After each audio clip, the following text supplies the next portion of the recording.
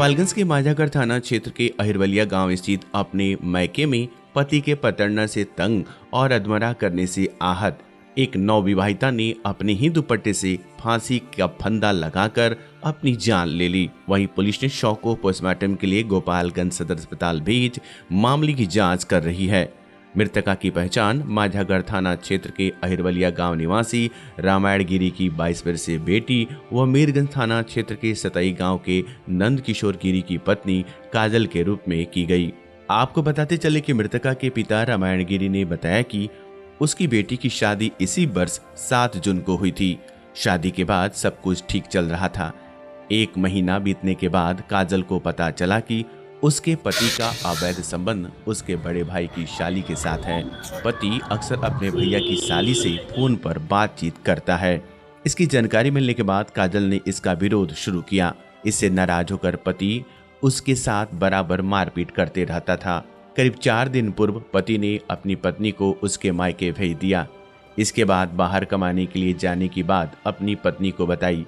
पत्नी ने उससे मिलने के लिए मायके होकर बाहर जाने की बात कही। इस पर पति ने अपने ससुराल आने से मना कर दिया। इसके बाद पत्नी ससुराल जाकर अपने पति से मिलने की बात कही तो कई तरह की उसे धमकी दी गई। इसके बावजूद भी काजल अपने ससुराल गई, जहां उसे एक कमरे में बंद कर उसकी पिटाई की गई। मारपीट में वह गंभीर रूप से जख्मी हो गई। मारपीट की सूचना काजल ने अपने भाई को फोन से दी। भाई ने इसकी जानकारी अपने पिता को दी। मारपीट की खबर मिलने के बाद काजल के पिता मौके पर पहुंचे तो वह गंभीर रूप से जख्मी हालत में अपने बेड पर पड़ी थी। उसके ससुराल वाले घर छोड़कर फरार हो गए थे। घायल हालत में पिता उसे लेकर मीरगंज थाने में पहुंचे तो पुलिस ने पहले इलाज कराने की बात कही। इसके बाद परिजन इलाज कराकर उसे अपने साथ मायके लेकर चले गए। मीरगंज थाने में मारपीट करने के मामले में कार्रवाई करने के लिए आवेदन दिया। इसके बाद पिता अपनी बेटी को लेकर अपने घर चले आए। शुक्रवार की सुबह काजल अपने मायके में स्थित छत के कमरे में गले में दुपट्टा से फांसी का फंदा लगाकर अपनी जान ले ली। काजल की मौत के बाद मायके में कोहराम मचा हुआ है।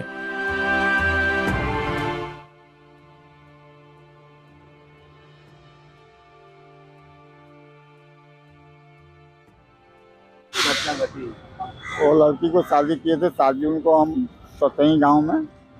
वहाँ पर जाने के बाद लड़की को बढ़िया से कुछ दिन रखा लो। उसके बाद में लड़का कहीं बात कर रहा था और लड़की से, वो जिसे जेठानी का बहन है, तो लड़की हमको बताई तो हम डांट डपट कर दिए लड़की को भी। अपना इज्जत है, क्या जरूरत है तुमको खोज कुछ करने को। डांट दिए लड़की के, तू बढ़िया से रहो, कोई दुर्घटना कोई बात होगा तो हमको बताना, ये सब बात मत लो हैं। फिर वैसा ही बात चलने लगा। लड़का हमको आया 4-5 दिन पहले घर पर, लड़की को पहुंचा दिया, बोला कि यहीं रहो, हम नहीं ले जाएंगे। लड़की बोली कि बाहर जा रहे हैं तो हमसे आकर मिल लीजिए, तब जाइए। तो बोला कि यहाँ आएगी तो मारपीट करेंगे। लड़की हमारा बोली कि ठीक है, मार दीजिएगा, मुआ दीजिएगा, हम आएंगे वहाँ। चली गई उसका घर में। उसका घर में गई, उसको बाद रात में वो लोग चमाड़ी बंद करके, उसका माँ, उसका भाई छोटा और लड़का सब मिल करके उसको गला दबा करके मारा लो, पीढ़ा से, शादी वाला पीढ़ा से मारा लो, तो माथा फट गया उसको पूरा से। उसको बाद सब घर छोड़ कर भाग गया। हमको फ़ोन की, अपना भैया को फ़ोन की, हमारा लड़का हमारे पास फ़ोन किया कि पापा जाइए वहाँ जाकर देखिए कैसे क्या हो रहा है, जल्दी जाइए वहाँ। हम अपने गांव से के लड़का को लेकर बाइक से गए। वहाँ जाने के बाद उसका घर में कोई ना था। लड़की चिल्ला रही थी अकेले बेड पर, पलंग पर।